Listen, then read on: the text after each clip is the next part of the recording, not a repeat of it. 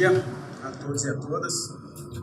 Em primeiro lugar, é um prazer a Fibria ser convidada para falar um pouco sobre o mercado de celulose, então agradeço o Moacir, o Dito, pelo convite. Vou tentar falar um pouquinho para vocês sobre a demanda de celulose, um momento muito especial para a Fibria, né? Nós partimos aí no dia 23 de agosto, nesse último mês de agosto, a segunda linha de produção da Fibria, né? Passamos a nossa unidade aqui de 1,3 milhão de toneladas para 3,25, é 1,95 milhões de toneladas adicionais, é a maior fábrica de celulose do mundo, num único site.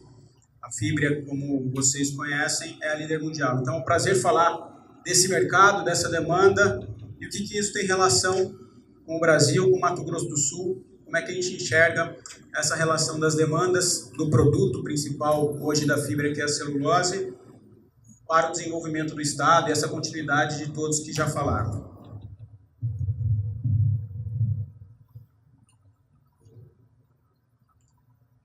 Bom, rapidamente, a Fibria produzia 5,3 milhões de toneladas, atualizando esse dado, passa a produzir 7,2 milhões de toneladas. Ela é a maior unidade, maior empresa de produção de celulose do mundo, celulose de mercado. A gente está presente fortemente aqui no Mato Grosso do Sul, com a nossa unidade atual, e o Projeto Horizonte 2, que é o nome que nós demos para o projeto de expansão. A gente está em São Paulo, em Jacareí, Aracruz, temos uma joint venture na Bahia com a Stora Enso, que é a Veracel, e a gente escoa a nossa produção, mais de 90% do que é produzido é para o mercado internacional, e essa produção ela é escoada pelo Porto de Santos, por um porto privado no Espírito Santo, que é o Portocel, em Aracruz, e também pelos portos aqui da Veracel, Belmonte, e o terminal de Caravelas é um terminal de transporte de madeira marítima. Então a gente vem rodoviária do sul da Bahia, por barcaça, leva para a nossa fábrica em Aracruz. Rapidamente, a estratégia comercial da Fibria: 36% da nossa produção desse último trimestre foi para a Ásia, 34% Europa, 20% América do Norte e 10% para a América Latina, que são as produções que a gente entrega integradas, de joint ventures que a gente tem aqui no país, no mercado doméstico, e algumas vendas no mercado doméstico. Por exemplo, no Mato Grosso do Sul, aqui em Três Lagoas, a gente vende para a IP a nossa produção para ela produzir papel. 49% do produto é para tixo é o papel higiênico, né? Tipo higiênico, 32% para imprimir e escrever e 19% especialidades. E aqui só um gráfico mostrando a evolução da participação dos continentes, onde a Ásia, como já foi dito aqui, ela tem aumentado a sua participação justamente pelo crescimento asiático, pelo crescimento da China. Eu escutei na segunda-feira o PIB esperado da China desse ano, 6,5%. Então ela vem em ritmos bastante acelerados, mesmo que não ainda nos 2 dígitos, mas, como já aconteceu, mas 6,5% é um ritmo bastante forte, com uma população bastante grande. Então, a nossa celulose vai para esses mercados. A nossa presença global, são mais de 40 países que a gente entrega nosso produto, para os 4 cantos do mundo. Os nossos contratos são de longo prazo, só que é uma coisa importante para o desenvolvimento de regiões, e aí acho que eu reforço a mensagem para o Mato Grosso do Sul, que a indústria de celulose é uma indústria como a indústria florestal, e a indústria de celulose é uma indústria de longo prazo. Nós vamos ver mais à frente que as variações da capacidade produtiva das fábricas ela é muito pequena ao longo do tempo. Você tem alguns ajustes de preço, você tem alguns ajustes de produção, mas a tendência ela é ter uma produção estável. Quando a gente tem uma produção estável, a gente está falando de uma geração de riquezas mais estáveis nos lugares onde elas estão. Isso é importantíssimo para ter planejamento, para você ter um planejamento estruturado ao longo do tempo. E a nossa celulose 100% certificada. Para entender a demanda no mercado de celulose, é importante entender o tamanho desse mercado, do que a gente está falando no mercado de celulose no mundo. Fibras consumidas no mundo, no último relatório da RISE, de maio de 2017, são 414 milhões de toneladas são consumidas de fibras. Dessas, 170 milhões vêm da celulose, 41%. Dessas 170 milhões, 142 milhões é da produção química. Antes da produção química, produzia-se mecanicamente essa celulose.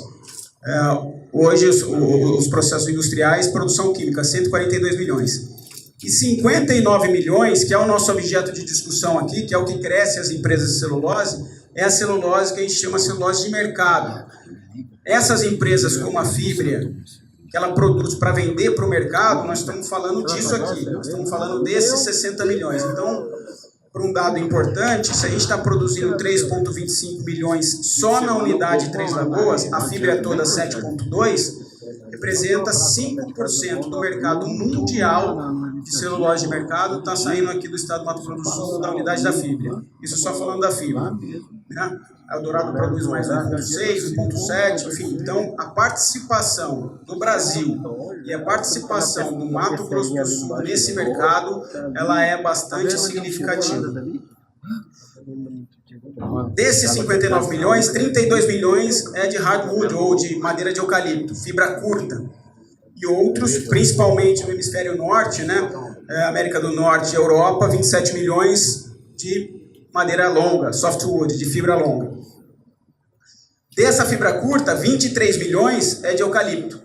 Então a gente está percebendo, pela apresentação anterior, também a gente viu a evolução do crescimento dos plantios de floresta, um avanço significativo da madeira de fibra curta, principalmente o eucalipto, 67% dessa produção vem dessa origem, desse tipo de matéria-prima. E desses, 23% é da fibra, isso considerando 5,3 e para 7,2, então a gente passa a ter 29% desse mercado de celulose de eucalipto no mundo, 5% do mercado, de celulose de mercado, vindo aqui da nossa unidade de Três Lagoas. Então, para a gente ter um entendimento do que é o mercado de celulose no mundo e como é que ele acontece. Para entender o mercado de celulose, a gente precisa entender o mercado de papel. Obviamente, a celulose é uma matéria-prima para a produção de papel. E o que a gente tem são os dilemas, quando a gente olha as perspectivas futuras, um mundo em transformação, um mundo digital. Como a gente vem vendo, nós vamos ter demanda para a celulose efetivamente ao longo do tempo? Vai ter perspectiva de consumo para essa celulose? E esses dados são importantes, dados da Boire. Os papéis gráficos, de fato, ele tem uma redução pelo uso de componentes eletrônicos. E essa redução, principalmente nessa parte do gráfico, que são os mercados maduros, ou os mercados dos países em desenvolvimento. Basicamente, o continente europeu e o continente norte-americano. Os emergentes, pode ver pelo tamanho aqui do espaço, tanto China quanto os emergentes em geral, você vê que tem que separar a China dos emergentes, tão grande que o mercado chinês ele continua ainda estável, mas a tendência de 2015 para 2025 é uma queda no consumo global de papéis gráficos. Porque você usa iPhone, você usa os smartphones, você usa tablets, enfim, há uma redução. Por outro lado, embalagens e papéis higiênicos, que são os tissues, eles são beneficiados pelas megatendências. Eles são beneficiados pelo aumento da população e eles são beneficiados pelo aumento da renda da população. Isso significa que ao longo do tempo, e aqui está uma perspectiva bastante clara, que tanto embalagem quanto tixo tem uma tendência para os próximos 10 anos ou 8 anos de crescer significativamente. E é por isso que uma boa parte do produto da fibra celulose é voltada para o mercado asiático, para o mercado chinês e para o mercado de tixo. É justamente pela tendência, pelas megatendências globais. Então você se conecta com as demandas de mercado e passa a criar a sua estratégia de negócio baseado nisso. Em outras palavras, aqui é o consumo de papel de imprimir e escrever. Você vê que de 2000 a 2010, menos 2% nos mercados desenvolvidos, América do Norte e Europa, 5,6% nos mercados emergentes. Quando você olha de 2010 para 2020, já muda a característica. O mercado maduro ele continua reduzindo e o mercado emergente ele estabiliza, justamente pela substituição de novas tecnologias. Isso não acontece com o tixo, né? Então, o tixo de 2000 a 2010, 1,5% nos mercados maduros, 6,6% nos emergentes. De 2011 até 2020, 1,4%, então ele mantém um certo crescimento, e 5,9% nos emergentes. A população mundial deve sair de 7 bilhões para 9 bilhões em 2050. Ela vai precisar consumir esse tipo de produto básico. Então, é um atendimento às demandas desse crescimento da população. Aqui em números, de 2015 até 2030, espera-se que 220 milhões de pessoas, ou um Brasil inteiro, saia da zona rural e vá viver em cidades na China. Na Índia, 165 milhões de pessoas. Essas pessoas vão acessar esse tipo de produto. Então, não só o aumento da população, em números absolutos, né, como eu disse, de 7 bilhões para 9, mas a urbanização, que é um processo que ainda está acontecendo nesses grandes países, pela população imensa, vai influenciar o consumo e também a melhoria da renda dessas pessoas, né? Sair da zona da pobreza e passar a classe média baixa e classe média alta, vai consumir essa expectativa em bilhões de pessoas que vão sair, estão crescendo da classe média para acessar que quase 5 bilhões de pessoas, espera-se, no mundo esteja nessa faixa de renda. Essa faixa de renda você tem condições de ter, consumir produtos de melhor qualidade e produtos básicos, como é o caso dos papéis tixo. Em relação ao mercado de celulose, que na realidade acompanha o papel, tem um conceito importante aqui. A celulose, ela pode vir de papéis reciclados ou de papéis que você planta a floresta e produz uma nova celulose. Você bota uma nova celulose. Veja que ao longo do tempo, essa nova celulose, que é essa parte aqui de baixo do gráfico, ela está relativamente estável e os reciclados estão maiores. Por quê? Você consome mais papel, você pode reciclar mais papel. Só que os produtos de fibra curta, que é o nosso objeto de discussão no Brasil, os produtores brasileiros, ela cresce significativamente. Então a mecânica cai, a produção mecânica de fibra, a fibra longa ela está estável e a fibra curta ela cresce. Então a fibra curta ela passa a tomar o espaço justamente pela competitividade ou pelas aplicações, as aplicações para papel tixo. Nós vamos falar um pouquinho de custo, a gente vai perceber isso, ela tem um mercado que tem uma tendência de aumento. E o outro aspecto que também é relevante, que a gente consegue perceber pela própria nossa estratégia das empresas, são produções não integradas. Então, se a gente lembrar o passado, aqui mesmo no Brasil, eram empresas de papel e celulose. Então, era integrada a produção, você produzia celulose e papel. Ainda temos este conceito hoje, de algumas aplicações, principalmente aplicações de papel para o mercado interno, doméstico, mas aumentou significativamente a fonte de celulose de mercado, que é justamente essa separação do objeto de negócio de quem é produtor de celulose, que tem competitividade, e é aí que o Brasil entra, pela vocação florestal de clima e solo, pela tecnologia florestal de manejo, ciência mais manejo, produtividade da floresta em comparação com outros países. Mas os desafios de eficiência de custo que a gente tem aqui, que eu vou mostrar um pouco mais adiante.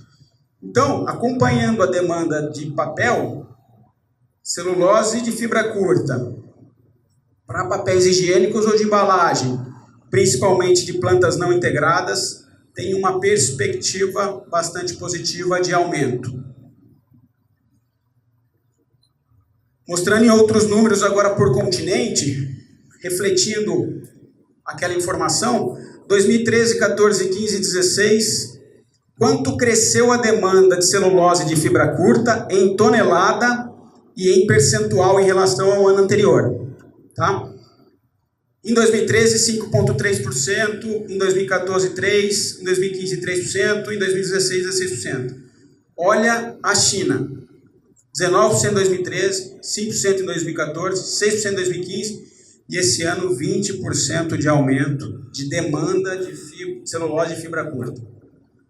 Reforça aquela mensagem, quem está puxando a demanda desse tipo de produto é o mercado asiático e a China, e a perspectiva, por aquilo que a gente mostrou, crescimento da população, urbanização e aumento de renda, a tendência é que isso continue por um bom tempo. Os mercados mais maduros, eles estão estáveis. Veja que eles crescem no ano, esse ano está reduzindo, depende muito da dinâmica econômica desses países, né? Então, é um mercado mais estável, os mercados mais maduros. Olhando um pouquinho as entregas, aqui tem um dado bastante relevante em relação à capacidade das fábricas. A gente já viu que a China está puxando, tem demanda. Como é que está nosso parque industrial hoje? Junho de 2017 é a informação mais atual que eu trouxe, também da RISE. 99% da nossa capacidade é o que a gente está produzindo hoje, em relação ao que se produz e o que se entrega. Ou seja, nós estamos no máximo a capacidade. A gente está no máximo. E aqui tem uma relação, a dinâmica do mercado de celulose, assim como a dinâmica dos mercados de commodities, tem relação muito com o estoque. Então, quanto mais se sobe o estoque, o preço cai. Se cai o estoque, o preço sobe. E vai nessa dinâmica. Veja que o estoque, em junho, é um dos menores estoques, a média de 40 dias. Nós estamos em 37 dias. O que significa isso? Que a gente está operando na máxima capacidade com menor nível de estoque. Significa que a demanda está bastante forte nesses últimos períodos. E aí que reflete, por isso que quem acompanha um pouco o mercado de celulose, acompanhou anúncios de aumentos de preço de celulose na sequência, né? A fibra já reajustou algumas vezes durante esse ano, justamente, uma porque o preço estava muito baixo, e outra porque há um equilíbrio de estoque que favorece esse aumento de preço e regulação, o equilíbrio da dinâmica econômica da celulose. Então, temos demanda e as condições das plantas são bastante favoráveis porque a gente está na máxima capacidade. Trouxe um quadro para falar especificamente da China, para a gente entender ainda um pouco melhor. Primeiro, a China importa 55% de produtores latino-americanos, uma boa parte aqui no Brasil. Então, nós somos o principal fornecedor de celulose de mercado para a China. E deve continuar assim. O consumo de papel tixo do mundo cresceu 3,7%. A gente falou um pouquinho do consumo de celulose ali, a China esse ano 20%, mas o consumo de papel tixo no mundo, muito influenciado por esse mercado emergente, cresceu 3,7%. E a participação chinesa no mercado de celulose vem aumentando significativamente, assim como outras commodities.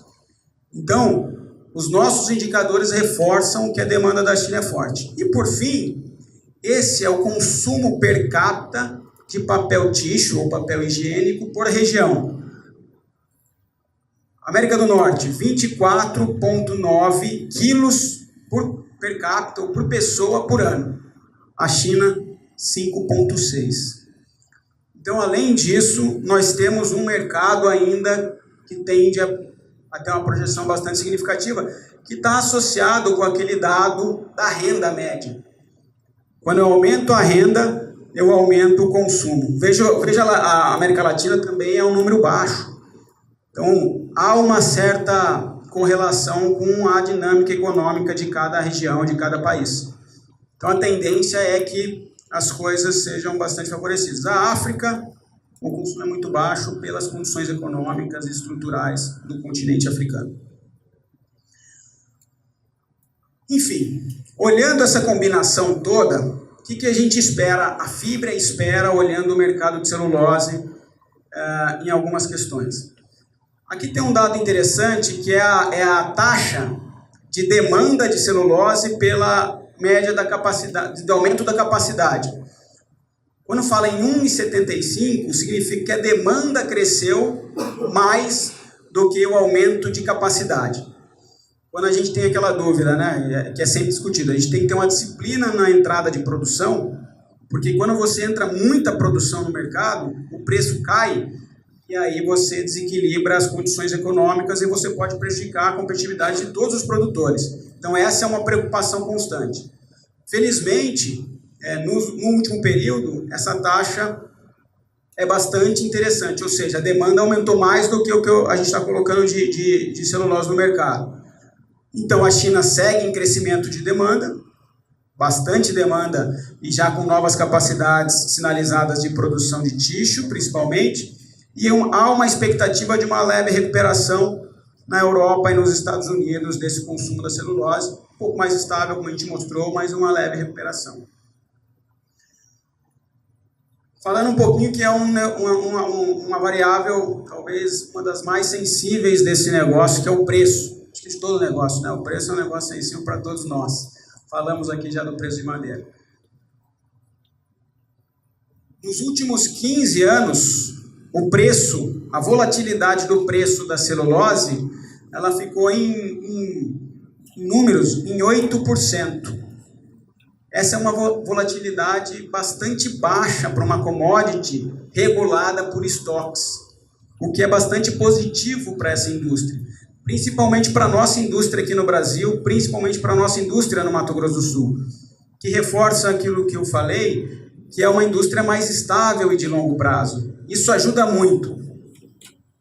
Como a gente imaginar um faturamento de uma prefeitura de Três Lagoas, que tem uma relação grande com as empresas que estão lá, imagina que em um ano você tem um faturamento altíssimo, de repente a fibra para de produzir. No outro ano o faturamento cai significativamente, depois sobe. No nosso caso não acontece isso para o mercado de celulose, porque ele é estável. Então você tem uma previsibilidade de faturamento das regiões bastante interessante. E uma das grandes influências está, primeiro, na demanda que a gente falou, e segundo, no preço. Então, demanda acelerada e preço estável nos ajuda a manter essa estabilidade. E por que tem essa estabilidade aqui? Tem uma série de causas possíveis, mas um fator importante é fechamento de fábricas nos mercados mais maduros, Estados Unidos e Europa, que a gente chama de custo do produtor marginal, ou seja, o custo que está quase lá entre preço e custo está quase igual, ou seja, ele não está ganhando dinheiro com isso mais. Então, os produtores com custo mais alto, que não conseguem mais competir no mercado global, eles fecham, aquela relação de demanda e capacidade continua positiva, os produtores que têm mais competitividade, que é o nosso caso, seguem produzindo. Então, esse preço sai demanda e entra demanda. Então, entre a relação de demanda e oferta fica equilibrado e o preço fica mais estável. A curva de custo ela é mais flat, ela é mais estável. Nós vamos ver um pouco disso, que também é um grande desafio, é um benefício e um desafio ao mesmo tempo. Embora a Ásia cresça muito, se você olhar a distribuição das entregas, ela está bem distribuída nos continentes. Então você tem uma diversificação dos continentes. Vai crescer muito na Ásia, mas hoje se entrega bastante em todos os continentes. Enfim, tem uma série de razões que levam a isso. Quando a gente compara com outras commodities, então ferro, soja, enfim, outras, açúcar, a celulose ela cresceu numa base 100, de janeiro de 2012 até julho de 2017, aumentou 33% nesse período, o preço, né, numa base 100. Isso aqui é o câmbio subiu bastante para o Brasil, e as commodities todas oscilaram bastante, tiveram recuos, recuperações. Nesse gráfico a gente vê bastante isso da volatilidade, que foi comentado de uma maneira mais clara. A volatilidade histórica das commodities para a celulose é menor do que outras commodities reguladas pelo mercado internacional. Isso nos ajuda a manter uma previsibilidade, a manter uma indústria mais estável. Falando em produção, então é importante, com esse movimento todo de demanda, de preço estável, e de competitividade das indústrias nacionais, das indústrias aqui do Mato Grosso do Sul, o Brasil é o segundo produtor de celulose no mundo e é o primeiro de celulose de eucalipto. Então a gente está crescendo, a nossa capacidade de produzir está aumentando, a gente acompanha isso, o Mato Grosso do Sul é a prova viva desse movimento e a gente tem o desafio de manter a competitividade, que é o que eu vou mostrar um pouco mais à frente. Outra informação absolutamente relevante para entender a dinâmica do mercado de celulose é a idade das plantas que produzem celulose, porque ela tem relação com tecnologia, ela tem relação com custo. Então, se a gente olhar madeira de fibra curta, anos, então, ó, acabou de ser lançada, estamos aqui, a fibra, temos alguns dias, a linha 2, a linha 1 completou 7 anos, 8 anos, também bastante nova, em anos, então, idade técnica. Então, a gente vê uma concentração grande de plantas mais antigas, com capacidade de até menor do que 500 mil toneladas por ano. O que isso significa? Nós temos muitas plantas mais antigas no mundo e que produzem pouco. Então tem pouca sinergia. Isso tira a competitividade do ponto de vista de custo. Como o preço é uma commodity, o preço é regulado pela demanda, o que vai ser decisivo para você ter capacidade para crescer ou não? O seu custo, se o seu custo é competitivo ou não. E os produtos que você entrega, enfim. Há uma tendência a uma maior competitividade na nossa indústria aqui do que nessas condições, porque são produções baixas e com uma idade avançada. A tecnologia hoje, uma produção de uma fábrica, melhorou significativamente. Então, a gente tem eficiência energética, a gente tem máximo aproveitamento, a gente tem capacidade produtiva, enfim, tem uma série de coisas. Isso acontece também para fibra longa, né? Fibra longa, mais ainda, poucas fábricas novas, justamente pela competitividade da fibra curta, como a gente mencionou, e também um volume grande abaixo de 500 mil toneladas. Quando a gente olha custo, aqui está um grande desafio para a indústria brasileira para manter a competitividade que ela tem. A gente viu que tem demanda, o preço está estável, a fibra curta cresce e a gente tem um potencial imenso porque é celulose de mercado. Isso aqui, o que significa isso? Você vai somando os produtores de celulose no mundo, então vai acumulando produção no mundo, até chegar naquela 59 que eu mostrei, e ver a diferença de custos entre eles. Em 1991, a diferença daquele produtor que produzia pouco, né, e vai acumulando produção aqui, entre um e outro, esse pontinho aqui é o que eu chamei de custo do produtor marginal, ou seja, é no limite com o preço, ele praticamente não está mais ganhando dinheiro. Era muito diferente. Aqui é quando entrou a gente falando assim, a produtividade florestal brasileira, com sua vocação, com aumento de produtividade, faz toda a diferença para a nossa indústria. O nosso custo é muito mais competitivo do que o dos outros. Isso aconteceu em 1991. Aí as pessoas trabalham, né? As empresas trabalham, vão se desafiando, os países investem em infraestrutura, investem em desenvolvimento, migra a tecnologia, transferem tecnologia e por aí vai. Olha o que aconteceu com a curva de custos. Ela foi ficando mais horizontal. Significa que a diferença de custo entre um produtor e outro, ela passou a ser menor. Ou seja, todo mundo está melhorando a eficiência. Todo mundo está melhorando a eficiência. E a nossa curva atual, veja que para poder chegar no custo do produtor marginal, ou seja, aquele lá no limite, são 32 milhões de toneladas. Então o custo está muito próximo entre uma empresa e outra. E esse é um desafio enorme no Brasil. Por quê? Essa é a evolução do custo base 100, fonte da Poire também, de 2000 para 2016, do custo florestal, ou seja, do custo da madeira. Quanto o custo da madeira cresceu?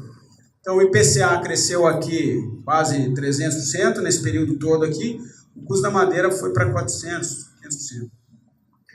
Então, quando a gente fala de margem e de performance, a gente também está falando disso daqui. O nosso desafio no Brasil, na competitividade, olhando o país, né, é diminuir esse impacto. Esse impacto está muito influenciado pelo custo de mão de obra que cresceu muito, infraestrutura, taxa tributária e por esse efeito aqui, na produtividade da floresta. Então imagine que você aumentou o seu custo de mão de obra significativamente. A sua infraestrutura não acompanhou o seu desenvolvimento, então o seu custo logístico aumentou significativamente. Tem um dado que fala que o custo logístico no Brasil é 11 e poucos por cento do PIB, nos Estados Unidos é 8%.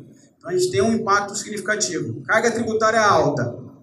E a nossa produtividade, que evoluiu muito na década de 70 até 2000, pela vocação florestal, mas também pela ciência florestal, pelos programas de melhoramento, pelo estudo de manejo, porque não é só clima e solo não, porque nós temos o mesmo clima e solo e a gente chega em alguns momentos que a gente produz menos do que a gente produzia, o mesmo clima e solo. Né? A gente falou de manejo aqui. Está estável. Então a floresta, a produtividade da floresta já não está conseguindo pagar a conta mais. Então a gente tem que trabalhar a competitividade de custo e também trabalhar para dar um novo salto de produtividade.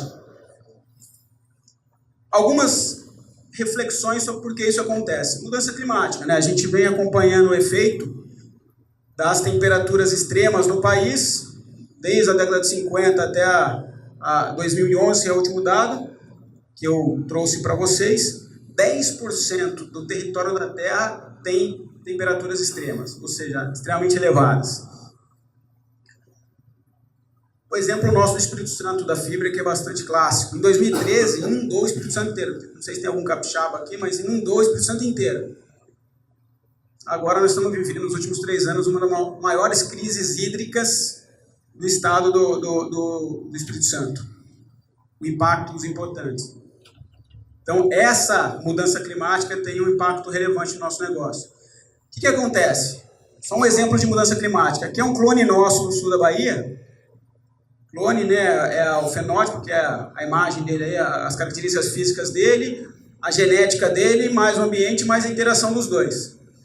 Um baita desenvolvimento bom. Aí veio essa mudança toda. Chove muito, temperatura sobe, temperatura noturna sobe, seca. A performance dele aqui, o mesmo clone, em 2007 e em 2015. O mesmo material genético. É impressionante. Então a gente tem que estar preparado para isso, a nossa indústria tem que se preparar para isso. Outro efeito, aqui trouxe o exemplo clássico, né, do Canadá e Estados Unidos, que teve o besourinho lá que dizimou 20 milhões de hectares, mas tem um dado importante, a cada 2 anos no Brasil aparece uma praga nova. No estado do Mato Grosso do Sul, o Jaime colocou isso é importantíssimo. Nós temos pragas novas e pragas velhas. Eu brinquei com o nosso pesquisador lá, o Petrilli, que ele é um pai pesquisador, falou: Petrilli, tem que preocupar com coisa nova, não com coisa velha. Está vindo coisa velha de novo aqui, nos preocupando.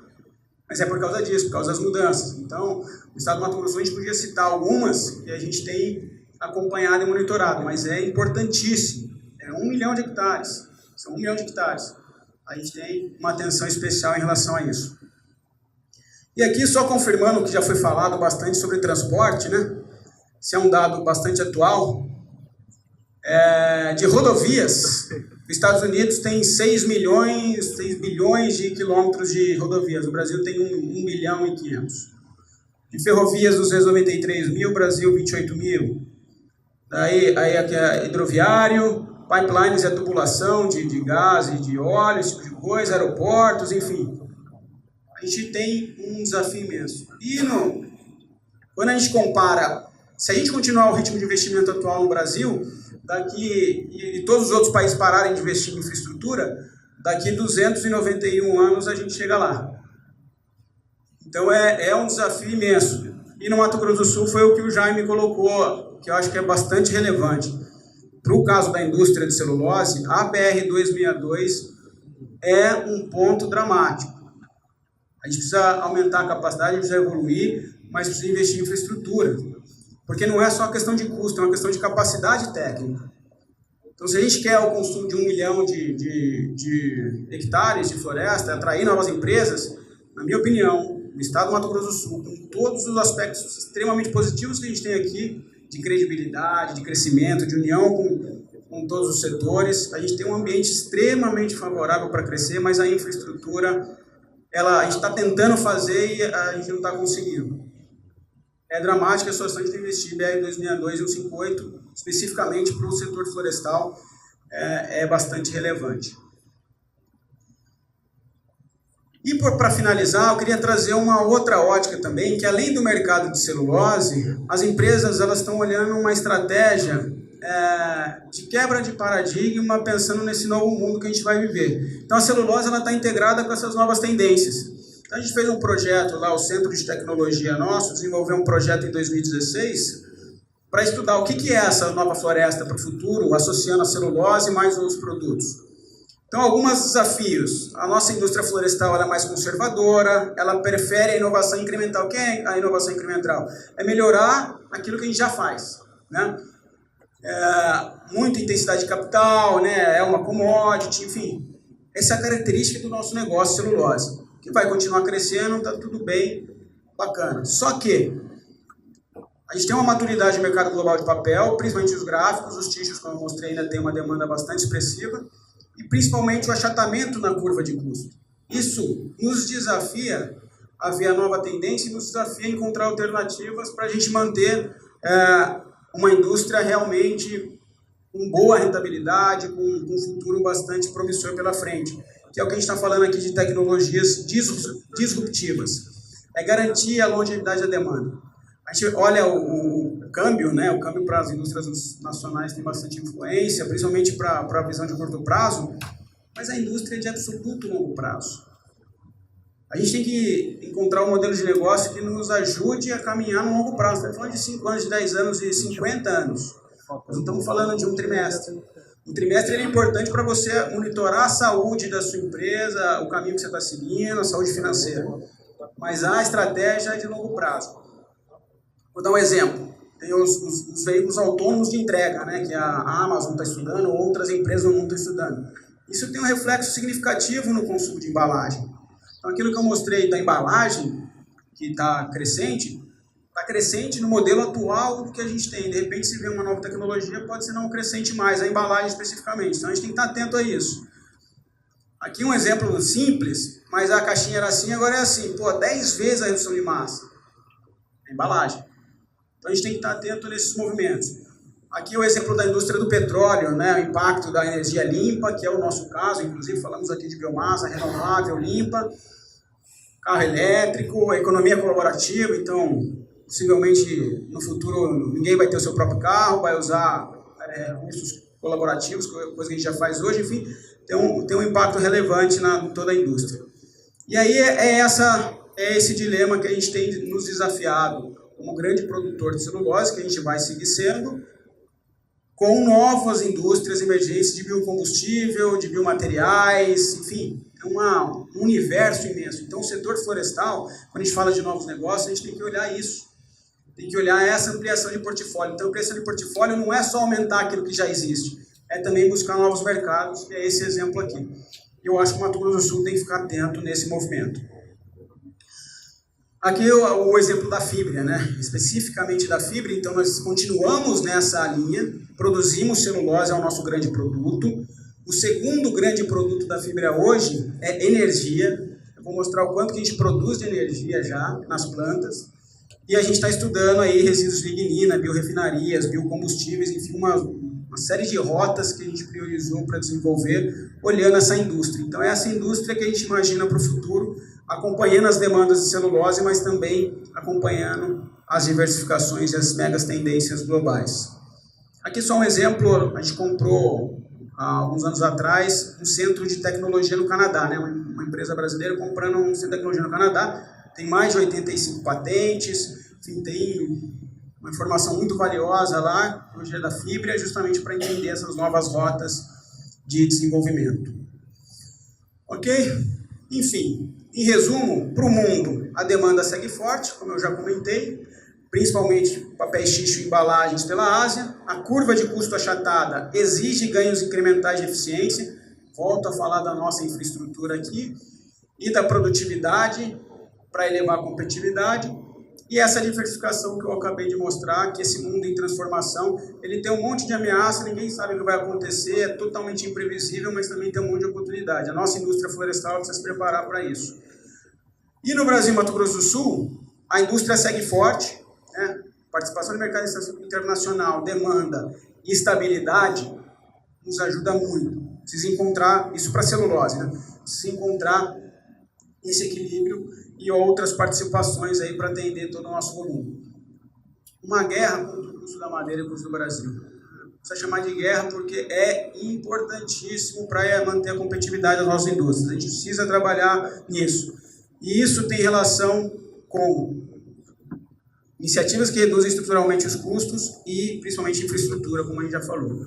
Carga tributária todo mundo já conhece, sabe que precisa e é um desafio imenso, mas infraestrutura é um ponto que sempre, há muito tempo, a gente fala, precisa de investimentos, então o Mato Grosso do Sul está olhando com um carinho especial nisso para a gente poder avançar. E a produtividade no aspecto de eficiência das operações, não adianta você fazer a conta assim, minha produtividade é 50% do que eu posso fazer, minha eficiência da operação é muito ruim, tal, então meu custo deu R$200 o custo da madeira, eu quero vender por 220 porque eu quero ter uma margem de 20%. Não vai ter comprador. A celulose é a mesma coisa, então a gente precisa ter eficiência nas operações. E o aprimoramento no manejo reforça aquilo que a gente falou sobre a produtividade da floresta para se manter competitivo. Tá bom, pessoal? Então, isso é o que eu queria mostrar de demanda. E para finalizar, um exemplo prático disso tudo, dessa demanda, eu queria só trazer os dados, está muito fresquinho, acabou de inaugurar o nosso projeto Horizonte 2. Não sei se todo mundo conhece ou teve a oportunidade de ver. A gente já inaugurou a nossa planta, é a segunda linha de produção aqui no Mato Grosso do Sul. Então foi 2,25 bilhões de dólares investidos, 7,5 bilhões de reais. Se você olhar só o investimento da fábrica, é $979 por tonelada, um dos menores do mercado. É um custo absolutamente competitivo. Só essa fábrica são 130 megawatt-hora adicional, que a gente vai botar na linha para vender energia. Aquilo que eu falei, a gente, além de celulose, o segundo produto principal é 130 da linha 2, mais 60 que eu já tenho na linha 1, são 190 megawatts-hora. Essa energia daria para atender uma cidade do tamanho de Guarulhos, com 1.200.000 pessoas morando. Então a gente está gerando energia também para a produção. Aqui já está 100%, esse slide está desatualizado, e aqui 69% é o que a gente já tinha executado de caixa de investimento efetivo. Tá bom? Então agradeço a oportunidade e vou passar agora um videozinho para vocês verem como é que ficou a nossa fábrica e fico à disposição para perguntas. Obrigado, gente.